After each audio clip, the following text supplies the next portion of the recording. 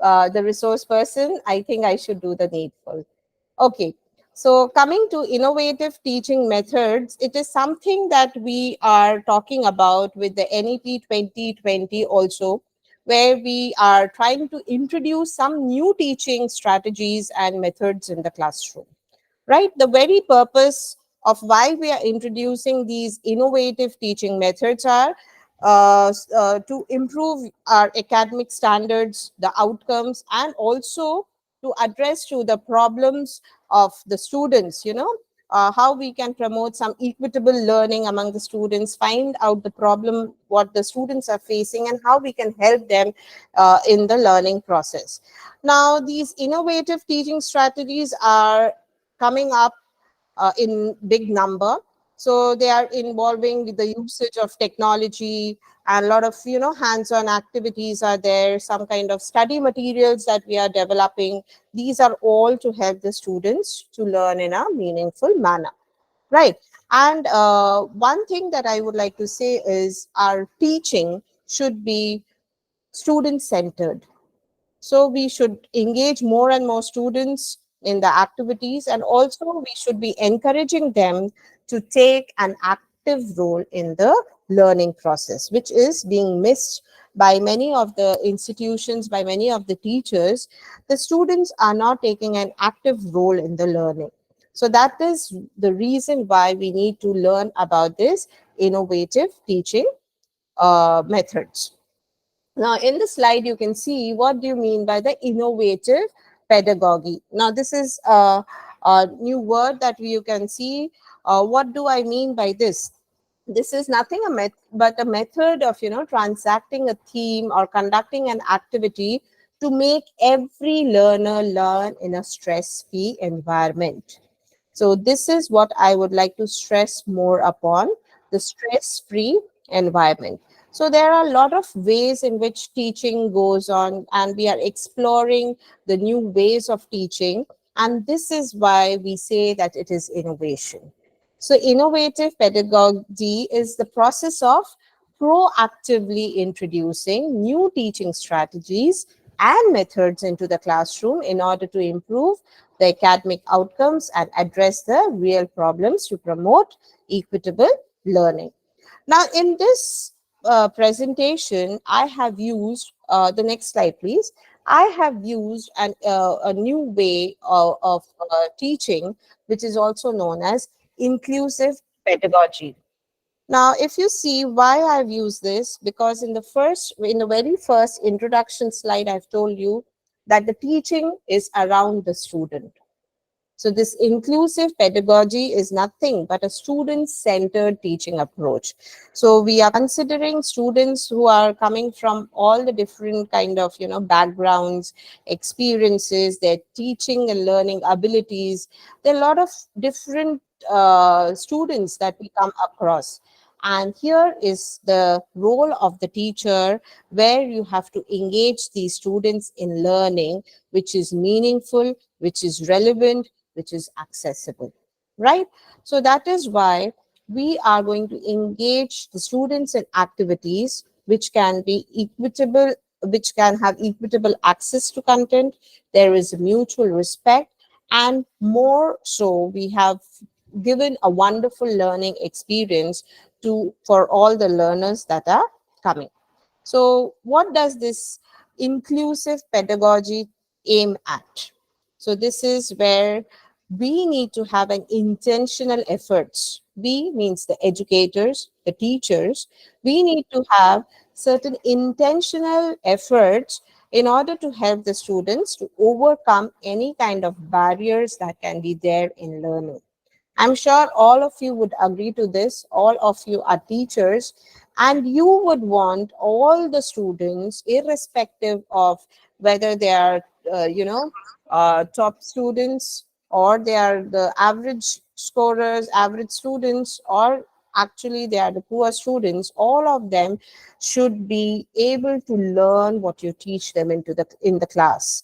So the role of a teacher is to enable the students to overcome the barriers that they may face while learning. And by using this kind of pedagogy, we can also enrich the classroom experience for students. How?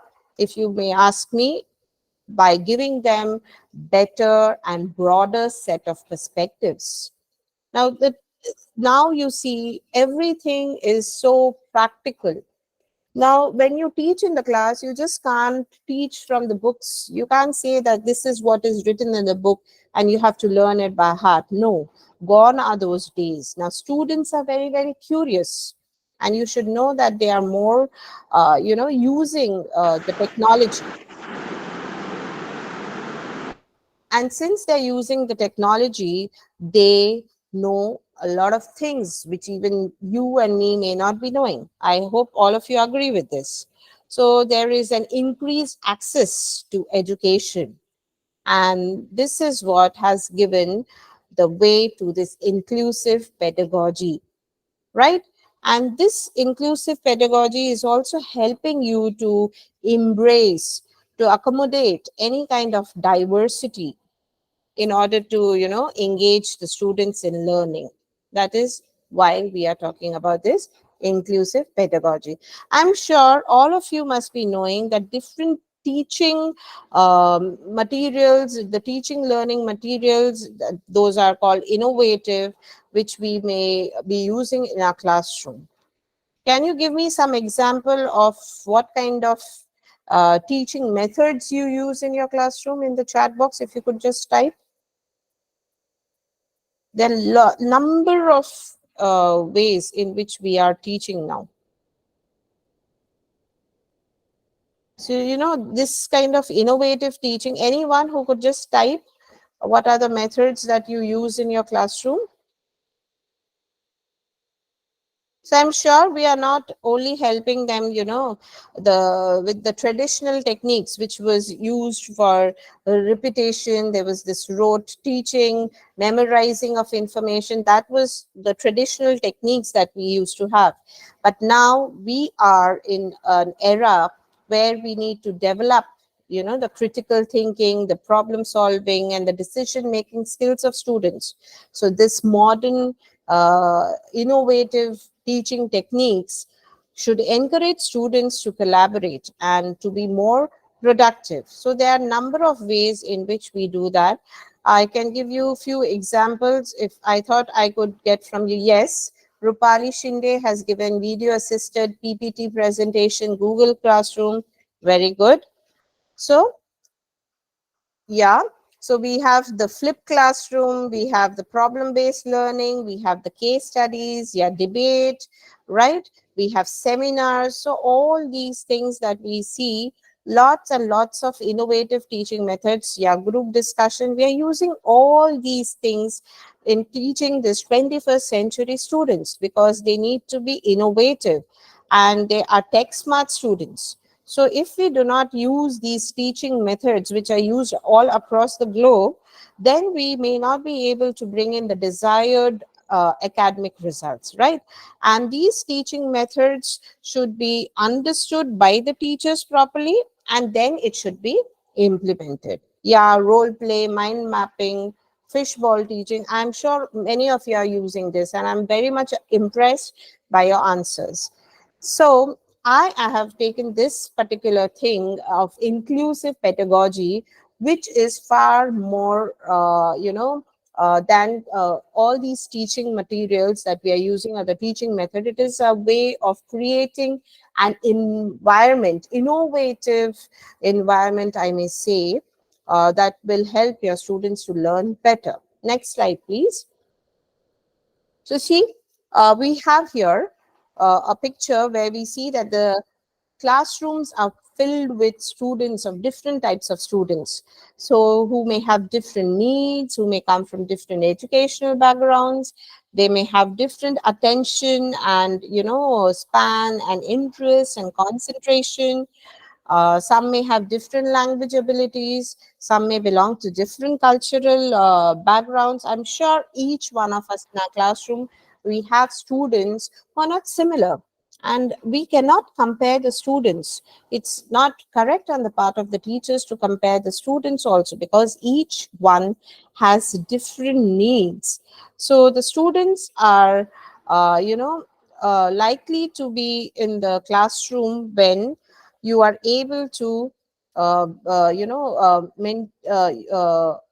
involve them actively, when there is high quality of student faculty interaction, and the same way it should be meaningful connection. Whatever you are teaching, it should be meaningful, and this interaction within the classroom should also convey a positive learning climate to the students. Then only the students will be interested to stay in your classroom. So across all the subgroups, for example, different types of race, ethnicity, status, the gender, there are different ways in which the students perceive the learning that you give to them. So the research shows that if there is a negative climate around the students, then the students may not be able to engage as much as they want to in their studies or in the classroom. So they will be struggling to learn, and they will not be able to fit into your institution's culture. So that is the reason why we need to create an inclusive environment, so that through this teaching you can begin to address the different kind of situations that you may have from different students. Is it right? So the next slide tells us about inclusive pedagogy. So, what is it? It is a pedagogical approach that responds to learner diversity in ways that avoid the marginalization of some learners in the community of the classroom. So, it refers to the way that the courses, the classroom activities, the curriculum, the assessment, all these things consider the issue of diversity. When I say diversity, that is differences among the students, in order to engage them in learning that can be more meaningful, more relevant, and accessible to all. So creating an inclusive environment is more fruitful than engaging in any kind of innovative teaching method. Until unless you have this inclusive pedagogy, any kind of method that you take will not be of any good to you as a teacher, right? So the next slide, when I say inclusive pedagogy, I aim at four important points, which embraces diversity and aims to engage students in learning, which is more meaningful, relevant, accessible, and realistic, right? So an inclusive climate can improve students' sense of belonging. Their motivation can be fully engaged in the learning process. So this inclusive climate that we are talking about is where you can provide your students with all the tools and resources that are needed in order to participate fully. There can be a sense of belongingness to the classroom, and this will help you to create a productive atmosphere. So if you differentiate, or if you are being partial to any student, that would not be good, you know so when you are talking about inclusive pedagogy, you need to create an inclusive climate where everyone has a productive atmosphere that will help you to achieve realistic, improved academic outcomes. So that is what we talk about, the inclusive pedagogy. Next slide, please.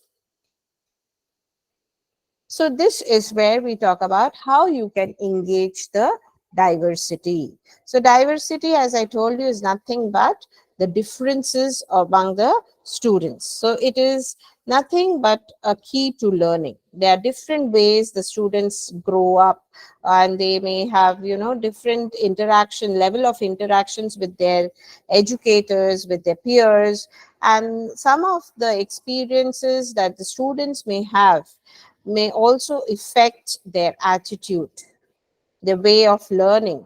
So, what we have to see when we are talking about this inclusive, engaging diversity, we need to give them what kind of books they read, what papers they write, the way they study, how they participate in the classroom. All these things will consider the differences and use them in a positive manner in the student learning. So different students may have different capacities, different capabilities. How we are using them in order to involve, or in order to influence these students to build a positive classroom atmosphere. That is very, very important. So we are engaging this diverse group of students in our classroom. Now, next slide shows us that the different types of diversity that may be there among the students, that is the race and ethnicity, the disability, religion, international, the first generation students, and also the different educational backgrounds that we are talking about. Now, if I say race and ethnicity, we know that our students come from different backgrounds, different religion, different culture, is it not? So it is our responsibility that we promote um, you know uh, collaboration, togetherness among each other. So this race and ethnicity, this is a major goal of any educator, to help the students to understand that we are not divided by any kind of race or religion. The kind of hatred that we are having, the wars that are going around throughout the world, is because of the religion and different ethnicity and all. So we as educators, we are here to help them understand that this racism, different religion, all these things should not be uh, taken into a consideration. When you are together, you celebrate all the festivals, whether it is Diwali, Eid, or a Christmas. We all do that together in a school or in a college, is it not? So we have to work on that. Then the disability, there are different students who may have different kind of disabilities. Some may have physical disability, some may have learning disability. So we need to also include these kind of students and not make them left out. They may also be given some kind of activity, some more attention is needed for them, so that they may be also engaged in active learning. So I'm sure every college, every institution has certain percentage or the quota where we also include physically disabled students, and we give them little more preference, as in help them to learn better. Now, religion, as I've already told you, uh, that is also like students coming from different religion. They may be coming from different places, international students, then the first generation students, and the different educational backgrounds. If you see that some students parents may be highly educated, some may not be, so all that things are have to be taken into account. Next slide, please.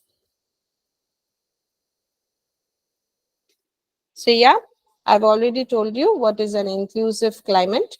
So where you have the access to all the tools and resources that will help the students to participate freely in the classroom. And this will also help you to have a productive atmosphere that may result in improved academic outcomes. So an inclusive climate, we can say, will improve students' sense of belonging and their motivation to be fully engaged in the learning process. So this in an inclusive climate welcomes and engages students from all the backgrounds, right? And this also encourages them to share their different perspectives. their different experiences. It allows the students to, fully participate in the classroom experience and, contribute more to the positive classroom atmosphere. The next slide.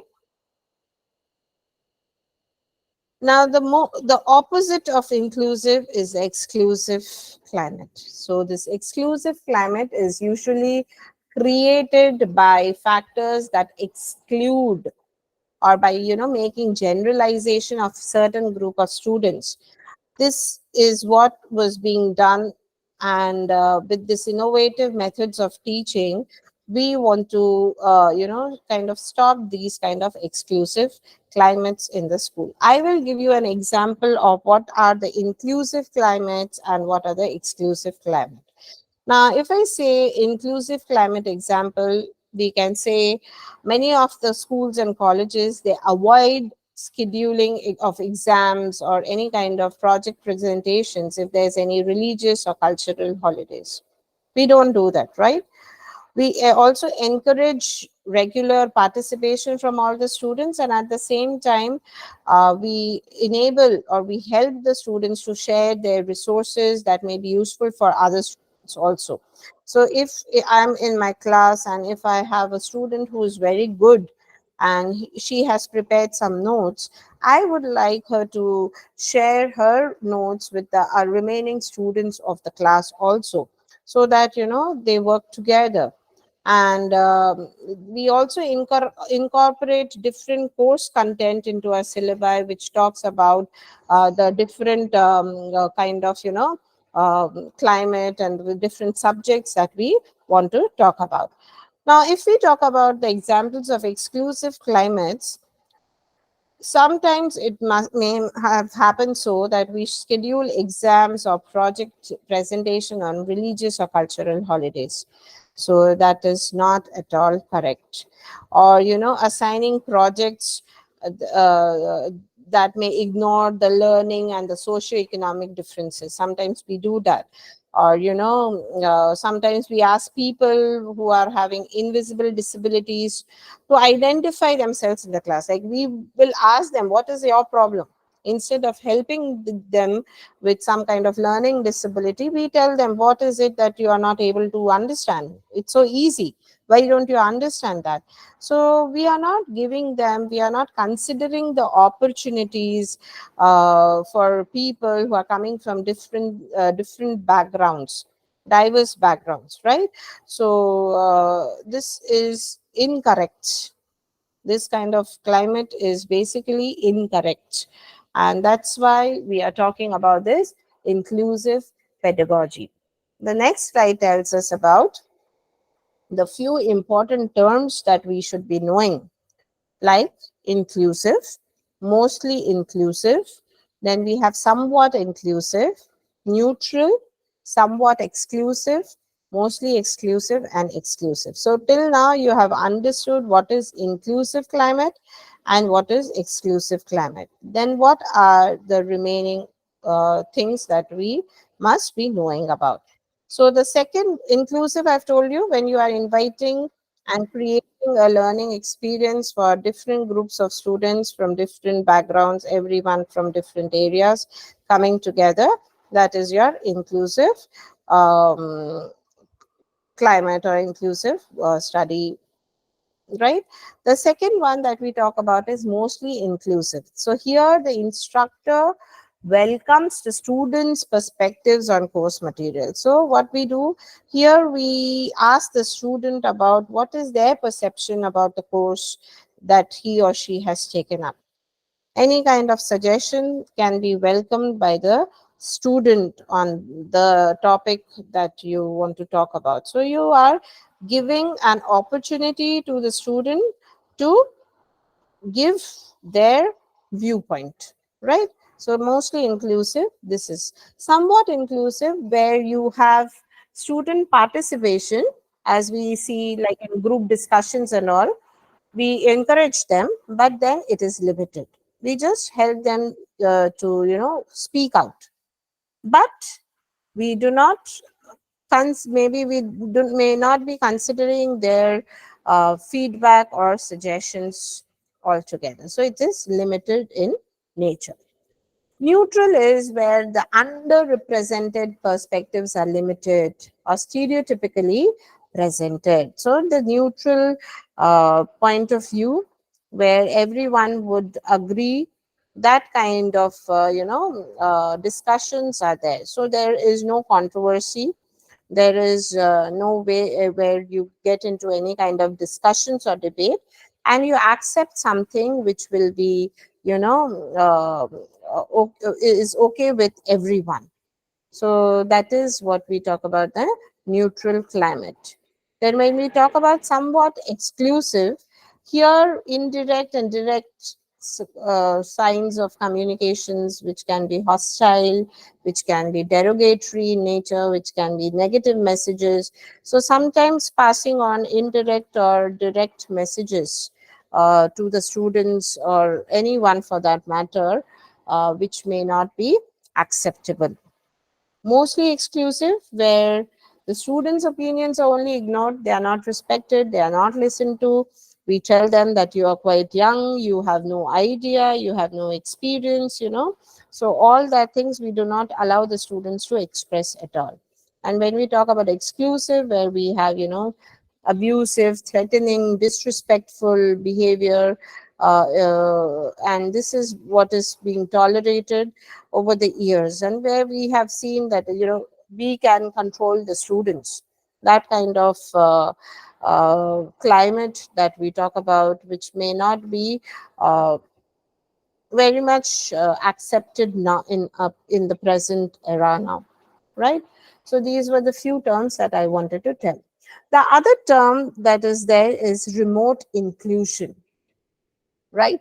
So when we talk about remote inclusion, in the next slide we see that with the COVID-19 pandemic, we have seen that there has been a lot of remote learning. So we have seen that some kind of challenges like this will help us to get into remote learning, in remote inclusive learning and teaching, where you can approach different groups of people. So this the recent events, they have demonstrated that there is a need for inclusive pedagogical strategies. These strategies that can withstand the challenges that has resulted from COVID-19. So it takes into account the remote learning, the social unrest. So you have to consider this concept of remote inclusive teaching and learning, and how you can, approach it. So you have to consider about, say, I'm sure when we had our online sessions, we were thinking about the students also, like how many of the students may be affected because of COVID, how we can give them a well structured course so that they will be able to learn in that remote learning method. Whatever course content, I remember we had prepared a lot of e-contents, a lot of PowerPoint presentations, a lot of materials, so that it can be accessible to as many students as possible. Now, if you open up any online course, you will see that all the course material is accessible to the students. So here we are building the social presence with and among the students. And we are trying to reflect on the moment and the relationship, rather than, considering about only teaching and finishing our syllabus. We were here more bonded. This kind of remote inclusion was there in the recent COVID-19 pandemic, right? So here the students' needs were learned, and it was met with the help of the teachers that we are talking about. So this was something that has offered a well structured course, and also taught the students and the teachers to adjust with any kind of calamity. So you must have felt more connected with the students, and this must have improved the instructor and the student learning ratio also. So here, the social presence, when we talk about it, is important to realize that how you have addressed this sudden sense of isolation that may have happened to students, because they were many of them, who didn't have technology, who didn't have laptops, who didn't have smartphones. They had a lot of problems during that time. But this remote inclusion had ensured the efforts of the students were not wasted. So at that time, any kind of help that could have been there to interact with the students was being worked out. So a lot of such things were being done during the COVID-19 pandemic, and that's what is called as remote inclusion, right? The next says few things that we should be doing in order to get started with this inclusive pedagogy. So what is it? Creating an inclusive syllabus, making the text accessible, setting some classroom norms, communicating that all people can learn, welcoming diverse perspectives, sharing your expectations, attend to terminologies, assess student backgrounds, reduce anonymity, and monitor the climate. So I will be taking one by one. So when I say getting started means we are trying to build an inclusive classroom where we are inviting, where we are allowing the students to participate fully in the learning experience. So, how we are doing? We are increasing the participation, and we are also increasing the academic performances. So, how we can do that? We can do that by creating an inclusive syllabus. So we have now, if you've seen, the entire syllabus has been reformed, revamped. The whole structure of any course, the syllabus gives you an opportunity to convey like what the students are going to learn, what are they expecting in that particular course. So along with the type of information about the text and topics, the syllabus may also convey how the teacher is going to interact with the students, what they are going to learn, what will be the learning outcome at the end of the course, is it not?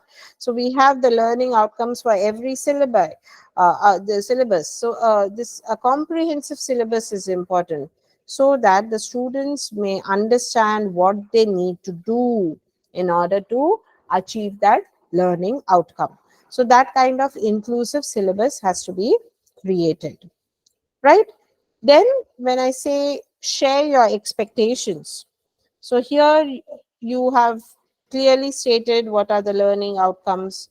We also inform the students about what is the assessment criteria, what is their participation expectations, what we give them some marks on their group assignments. All that things we are being transparent about. So this will help the learners without without this will help the learners to be appreciating the transparency of the structure of the course. So we are telling them that they will be assessed with the help of an examination. What will be the way of assessing? So you will be sharing your expectation. What is the pass mark? What is the expectation of the students during any kind of group work or any kind of discussions? How much weightage you are giving for assignments? Any kind of improvements, opportunities for improvements? This is being shared by the teachers to the students. So there's a lot of transparency over there. Then making text accessible. So this will allow the students with disabilities to find books which are accessible. When I say disability, maybe financial disabilities, where they cannot afford to buy books. So if you are considering to include some materials that will allow the students to find them at lower cost. So accessible text, not asking them to buy books, but online material can be there. All that thing will help the people from little poor background, poor financial background, to use that, right? Then we also see that we are also helping the syllabus to welcome students.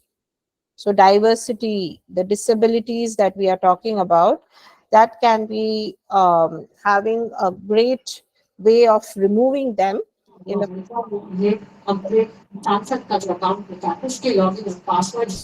So in the syllabus, if you have seen, we have. Yes, Dr. Sharad would like to say something. No, ma'am, nothing. Okay, right. Please carry on. Right. So when we talk about the syllabus, we have seen that a lot of syllabus have appreciated diversity. They have promoted positive and open environment in the syllabus. They have recognized that students in the classroom with any kind of invisible disabilities, it can be cognitive or learning, emotional, psychological, any kind of physical, they have welcomed these students with the help of their syllabus, which is also not very high level or very mediocre. They have given some units or some part of the syllabus which is not very difficult to understand. So you can secure better marks by performing well in spite of your disability. So that can be done. Then when I talk about reducing anonymity, this is more to do with the teachers. you know you should let your students know you better. They should be able to connect with you better. After all, you're spending quite a good number of time with the students. So I don't know how many of you do that when you go on the first day of the class. How many of you do introduce yourself? Have you explained to the students why you are teaching this course, why you have chosen a particular discipline? Because, like, for example, if someone asks me why I have chosen MBA, I tell them the reason why I have taken up this course, because this shows your passion, your academic passion, and what you are helping the students to achieve. If you tell them why you have chosen this particular course, that will give you a lot of, the students will have a lot of confidence in you. Then, how many of you are good with learning the student's name, how to pronounce their name? Um, when you're talking to them, how many of you take the name of the students? Hey, tell me what is this? Or if you will say, hey, say for example, Shama, say for example, Srinidhi, what do you think about this particular seminar? So by calling out their names, you are giving a personal touch. You're learning the student's name, is it not? And this will help the students to connect with you more easily. They will connect with the new concepts. That is, you can try this in your classrooms by knowing the student's name. And then you should also be collecting the information about why the students are coming to your class, taking this class. Say for example, when you have different subject combinations, you should interact with the students, and you should find out what is the reason, whether it's because of their interest that they have taken a particular subject, or it is by force by the family members. You should collect the information about the students. And the very most important thing is making yourself available to students. So how do you do that? Not on the WhatsApp, not on the cell phone, but by arriving early to the classroom, staying little late, encouraging your students to see you during the college hours, after college hours. If they have any doubt, you can always help them by making yourself available to the students who need you. So some kind of remedial classes for slow learners, all that thing can also be done by you to reduce any kind of anonymity, reducing anonymity means something that you may not be knowing about the students. right? You can assess the student backgrounds. What are their varying skills? What are their knowledge? What are their social values, emotional experiences? All these things can be there where they will be interacting well. So you learn about the students by helping them or offering them to talk. Then only you will be knowing about them. Then setting the classroom norms means, now I have already told you, like if we set a particular classroom in a positive manner, we can have a productive atmosphere. So how can you do that? You can create norms with the students. Norms mean certain kinds of rules or what kind of conduct they are supposed to have. You know, you can establish rules for the classroom engagement with your students. Do you want the students to raise their hands or speak freely? Decide how to, handle disagreements. How you would like to address and invite the students to do the same with you. You can also share your expectations for participation, like if you are having a collaborative learning or some lab group or some lectures, all that can be given to the students. And at the same time, you also have to set important three principles in the classroom. That is, be respectful. Yeah, they cannot be having fun in the classroom. When we say active listening, we want them to be respectful, understand, you know and be engaged, so that they can be sharing their knowledge. They can come prepared to the classes. And also we can exercise or help them to grow their intellectual curiosity by helping them to ask questions. Even if you do not know how to answer, doesn't matter, but helping them to ask questions out of curiosity. These three things you can ask your students to do in the classroom for an effective learning, right? Then communicate that all people can learn. So your language, the text that you use, you try to communicate so that all people may be able to learn in the classroom. How do you do that? Explaining to the students in a simple language, then providing them the opportunities to ask questions so that they can give you constructive feedback. All that thing can be used.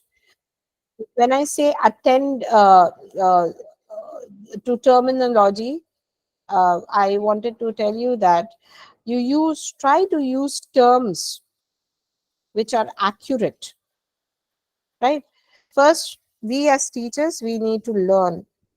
For example, any word that we need to pronounce. Okay, so we should be using that. And some students with disabilities, say for example, hearing disability, we should be able to tell them in a proper manner, identify their disability, whether they are deaf person or dumb person, whatever it is, and we should be helping them to learn the subject. And at the same time, if possible, use non-gendered terms. We should not be telling, hey girl, hey boy. We should use the non-gendered terms. So we should be very careful with the terminologies that we use in the classroom, right? And we should be referring to specific names. When we are referring to religion, we should use specific names of places of worship, the religion that we are talking about. It should be a proper example that we take. There should not be any kind of controversy in the way that we talk to the students. Welcoming diverse perspectives. Every students, I told you, have different levels of understanding. Their acceptance levels are also different. So you need to try ways in which you can welcome their different path and their pace. So each student, they have different intellectual and emotional levels. So we need to welcome this. You cannot say that, oh, you're such a slow learner, you don't understand anything. We should not be doing that. That is incorrect.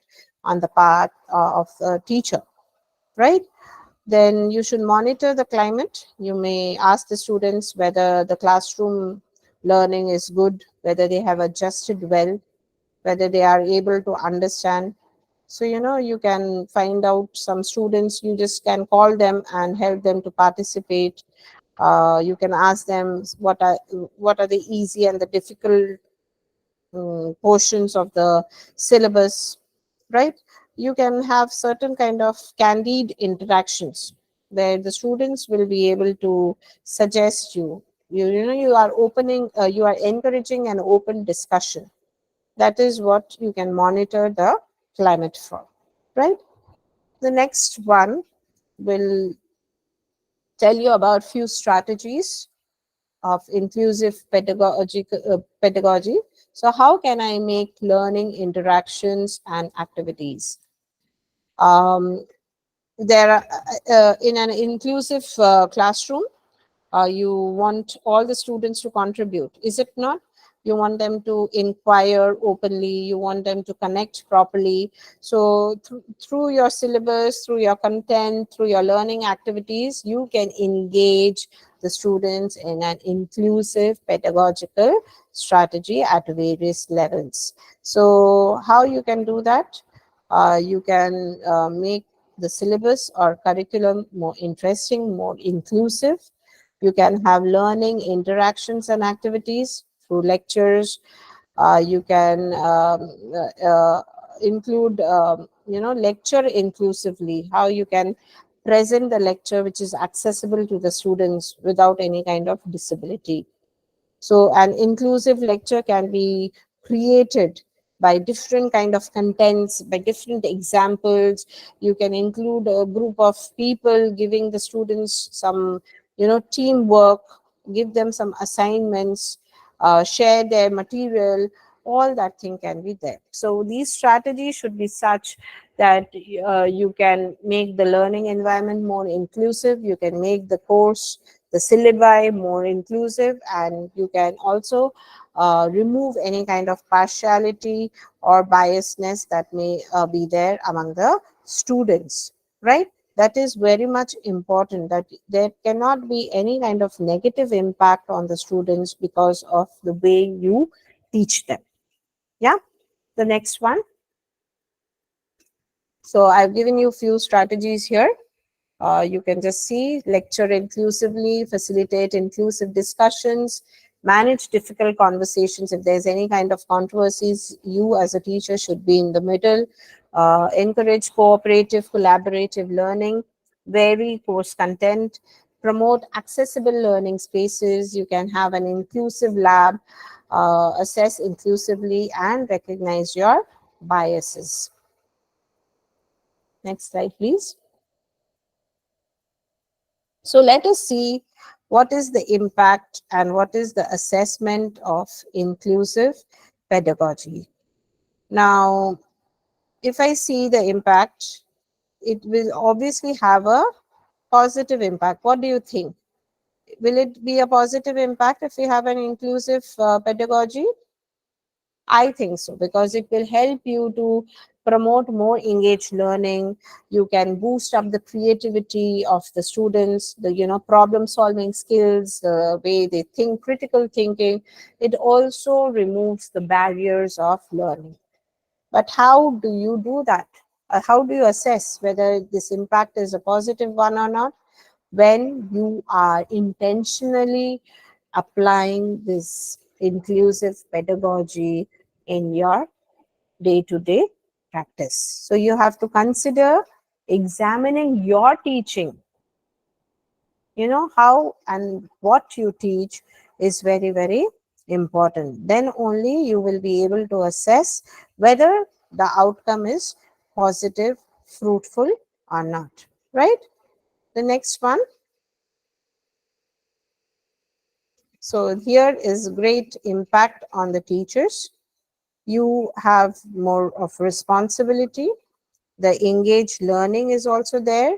And at the same time, there can be a positive impact on the students. So the educators as well, right? So when I say responsibility, I have already told you how you can make an inclusive environment. So here, when we talk about the responsibility in the classrooms, where the students are able to gain more knowledge about diversity. It is very much needed, knowing about the different culture, different backgrounds, different genders. They will also try to respect each other. You can develop, apply, reflect, and also refine the skills that are necessary to be respectful and purposeful collaboration across the differences. Engage learning with students with the varying, skills, with the knowledge, different knowledge.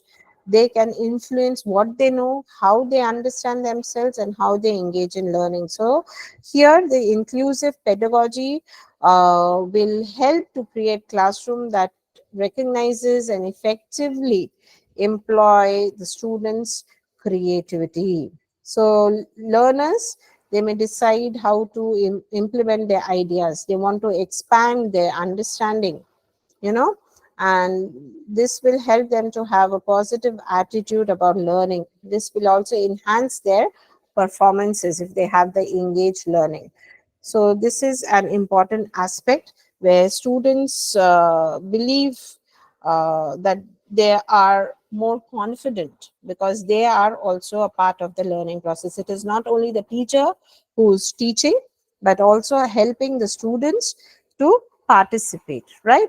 And impact for educators. This inclusive pedagogy helps the students engage in learning by activating their understanding of the world and the people around. And this process can be helped only with the help of the educators, right? Educators like you and me.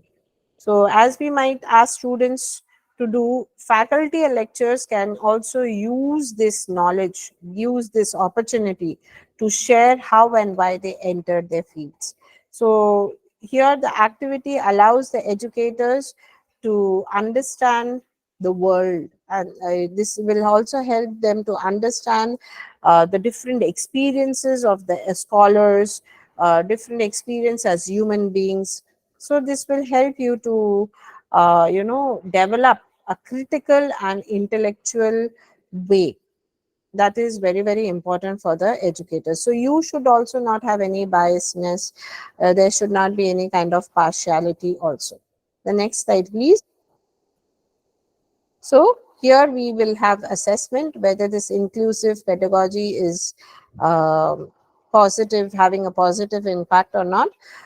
So you consider these kind of assumptions, like for example, establishing your goals, have a brief practice, extended practice, and the student feedback. So review your learning outcomes. What did you intend your students to learn? Whether the students have learned, how did you expect the students to interact, review your assessments about the students performance, and then record your reactions in your feedback, consider the feedback from the students, and then you reflect on the entire process, whether the students performance is being aligned with what you wanted them, with your goal.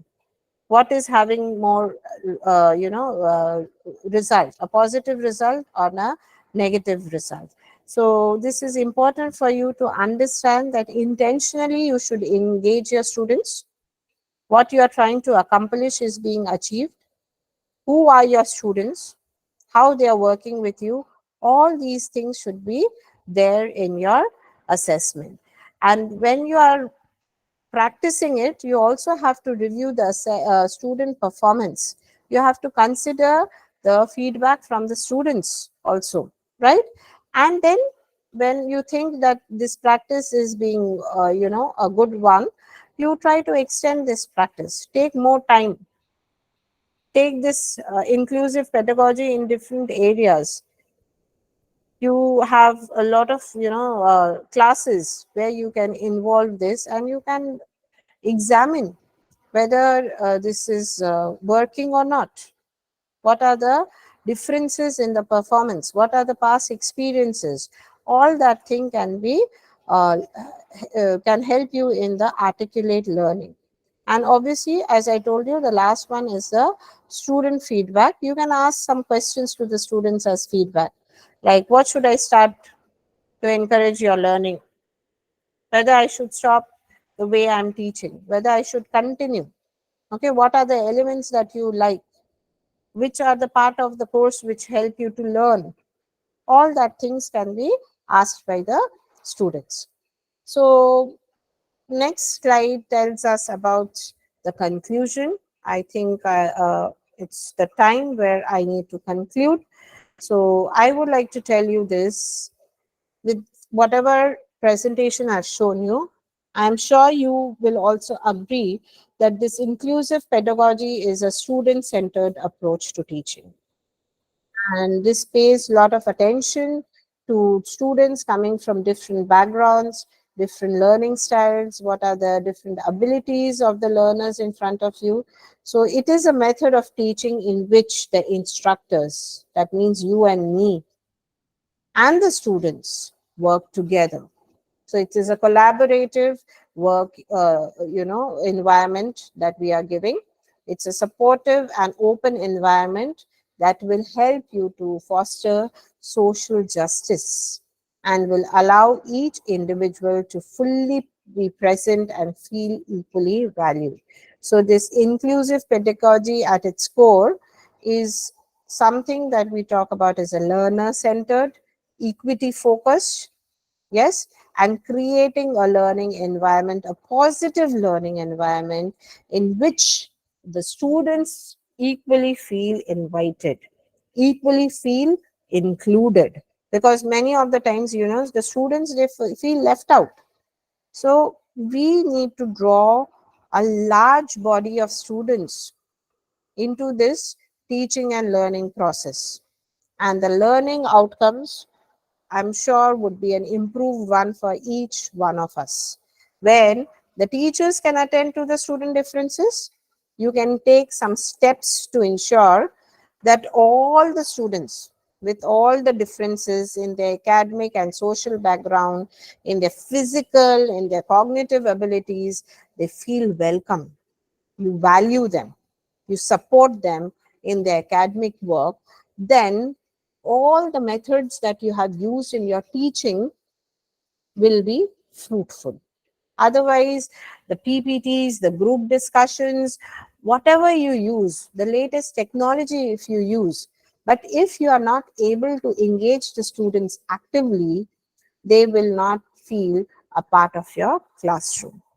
So, dear educators, dear teachers, the only request that I would like to make to you all is to include this inclusive pedagogy in your day to day activity in the classroom.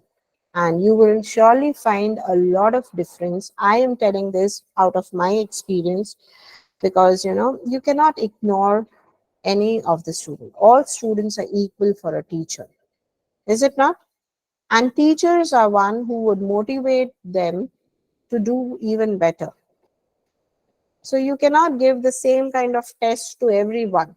You cannot give the same test to a fish to climb a tree, an elephant to climb a tree, a cheetah to climb a tree. You should judge what is the difference in their capabilities, their abilities, and you should be helping them to succeed further in their future endeavors.